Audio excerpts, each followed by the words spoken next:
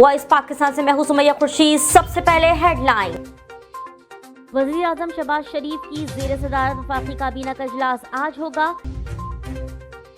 पाकिस्तान तहरीक इंसाफ अरकान कौमी असम्बली के इज्तिमाई इस्तीफों पर इसरार कर रही है, जबकि स्पीकर कौमी असम्बली राजा परवेज अशरफ इस मामले पर साफ इंकारी हैं। वफाकी वज़ीर दाखिला राना सनाउल्लाह का कहना है कि जब तक मुल्की सियासत में इमरान खान का वजूद है तो लड़ाई खत्म नहीं हो सकती। पाकिस्तान तहरीक इंसाफ के रहनुमा शाह महमूद कुरैशी ने कहा है कि हम पार्लियामेंट में अपना किरदार अदा करने के लिए तैयार हैं, लेकिन कराची के इलाके गुलिस्तान जौहर में पुलिस एहलकारों की फायरिंग से नौजवान की हलाकत का मुकदमा दर्ज कर लिया गया।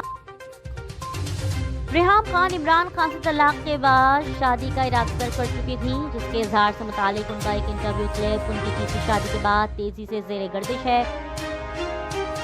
की हुदूद में मुबैना पुलिस मुकाबले में 2 डाकुओं को जख्मी हालत में गिरफ्तार करके कब्जे से टीटी पिस्तौल और गोलियां बरामद की गईं।